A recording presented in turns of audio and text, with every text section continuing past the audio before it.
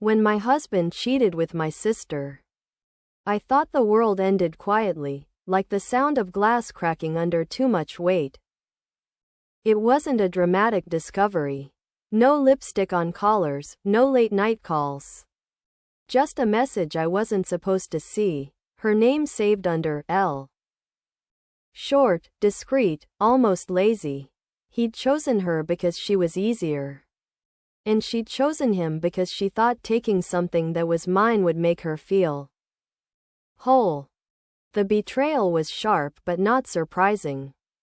My husband had always craved admiration, and my sister had always wanted to be envied. Together, they became the worst version of each other. When I confronted them, there were no tears. Just silence. He said it was a mistake, and she said, it just happened.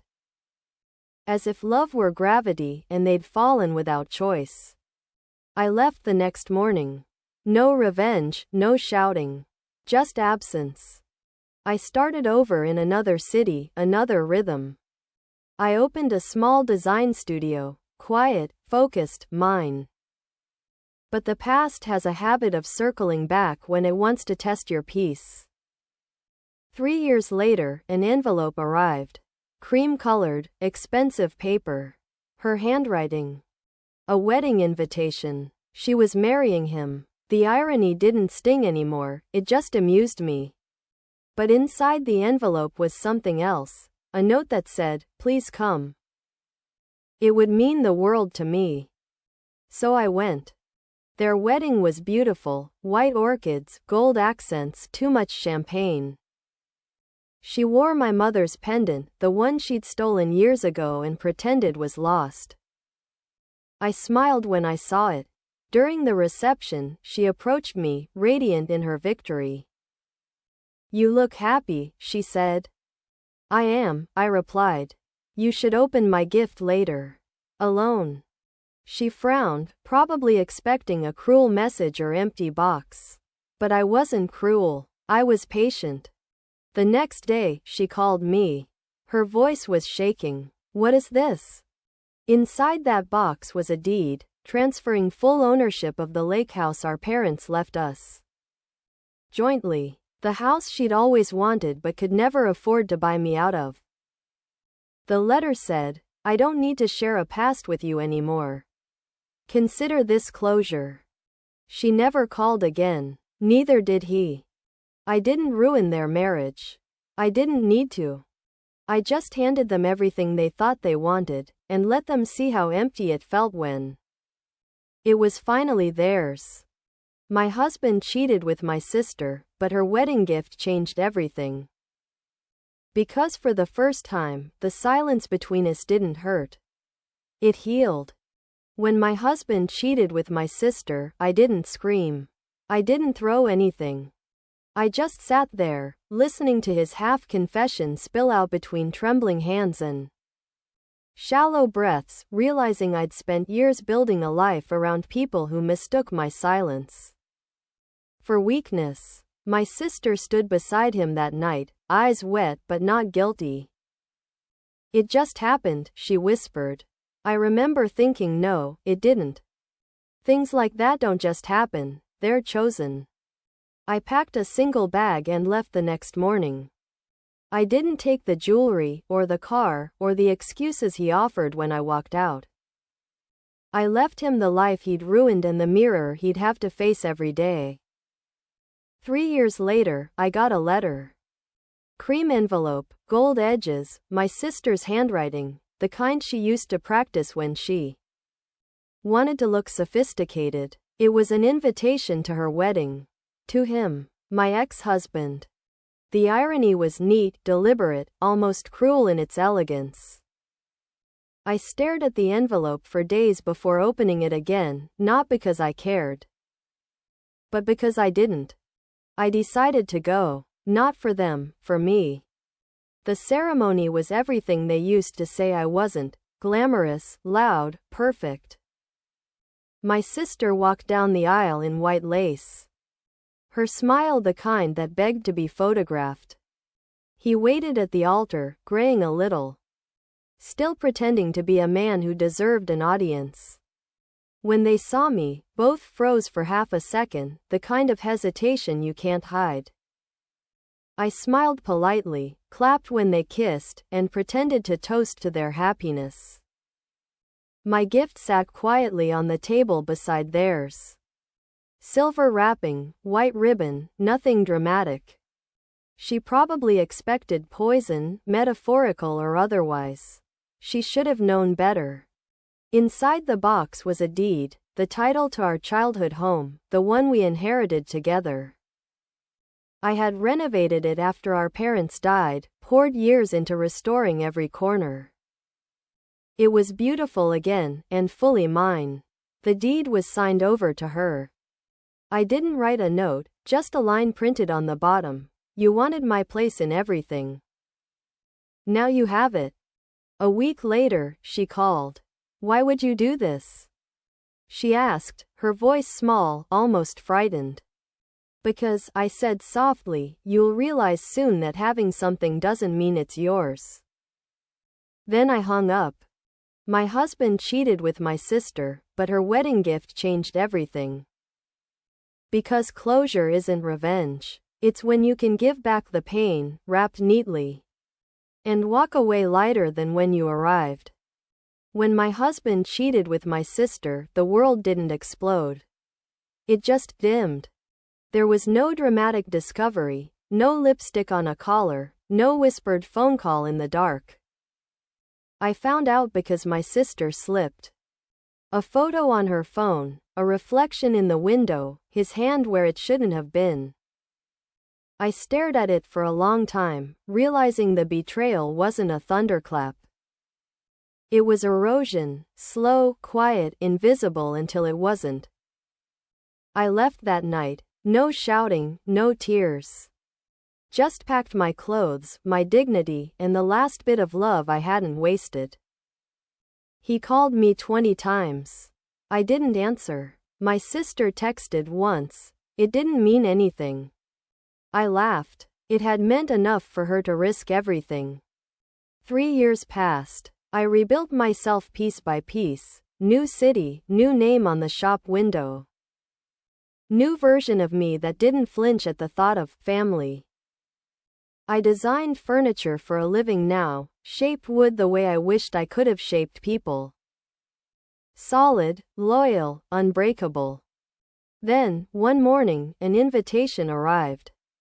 White paper, gold trim, her handwriting, a little fancier now, but still recognizable. My sister was getting married. To him, my ex-husband. I stared at the envelope, then laughed out loud. The audacity almost felt artistic. Inside was a short note, please come. It would mean a lot to me. I didn't know whether it was guilt or arrogance that made her write that. Maybe both. I went. The wedding was perfect, manicured, hollow perfection. He looked older, forced. She looked nervous beneath the makeup. When she spotted me in the crowd, her smile faltered for just a second before she pretended it didn't. After the vows, she approached me, voice trembling like she wanted to sound casual. I didn't think you'd actually come. I almost didn't, I said. But I had to bring your gift. I left it on the table beside the other boxes, silver wrapping, cream ribbon. She opened it later, away from the cameras. I knew she would. Inside was a handwritten letter and a key. The letter said, "This is the key to our parents' house. I've signed my half over to you. You always wanted it, didn't you? It's yours now, but remember, houses keep echoes. And some walls don't forget who they belong to." She never called me again. Neither did he. Weeks later, I heard they moved into that house. Then I heard she couldn't sleep, said she kept hearing footsteps on the stairs. Said she felt watched. Maybe it was guilt, maybe it was memory. My husband cheated with my sister, but her wedding gift changed everything. Because sometimes forgiveness isn't peace. It's a mirror you hand back, just so they can finally see themselves. When my husband cheated with my sister, I didn't scream or break anything. I just stared at the both of them, her in my dress, him in my silence, and thought. So this is how small love can become when you hand it to the wrong people. He said it was a mistake. She said it was fate. I said nothing. There's a kind of power in quiet that neither of them ever learned to respect. I left that same night. Packed a bag, took the dog, left the ring. He called for a while, then stopped. She didn't. She sent messages, long ones, guilt mixed with self-justification. It wasn't meant to hurt you. It just happened. We didn't plan it. As if betrayal is ever accidental. 3 years later, I'd built a different life. Smaller, yes, but cleaner. I ran a small bookshop near the coast, the kind that smells like old paper and warm coffee. People came in, browsed, smiled. No one asked about my past. I didn't offer it. Then one afternoon, I opened the mail and froze. A wedding invitation. Her handwriting. Eleanor and David, my sister and my ex-husband. The paper was thick, expensive, embossed in gold. There was even a note tucked inside. I would love for you to come. It would mean so much. I laughed. It was such a her thing to write, like forgiveness was another favor I owed her. I went. Not out of spite, but curiosity. I wanted to see what kind of people they'd become under the weight of each other.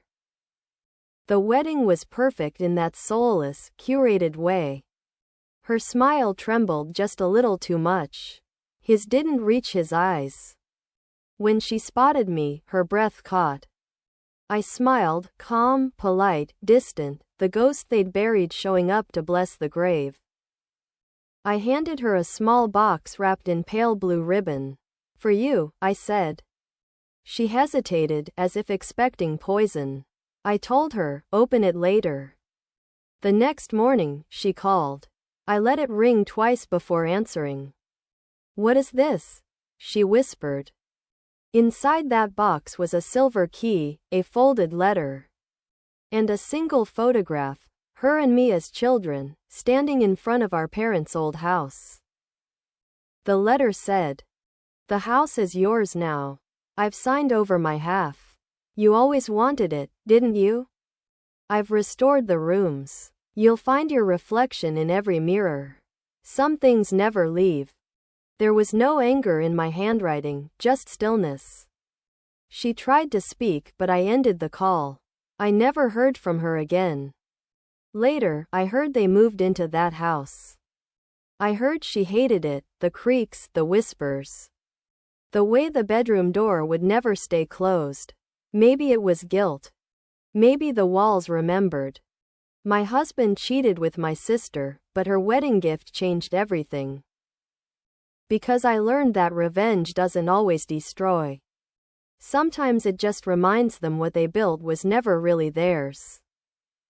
When my husband cheated with my sister, I didn't fall apart, I just went silent. The kind of silence that cuts cleaner than any scream. He said it just happened. She said she didn't mean to. I remember thinking, of course you didn't mean to.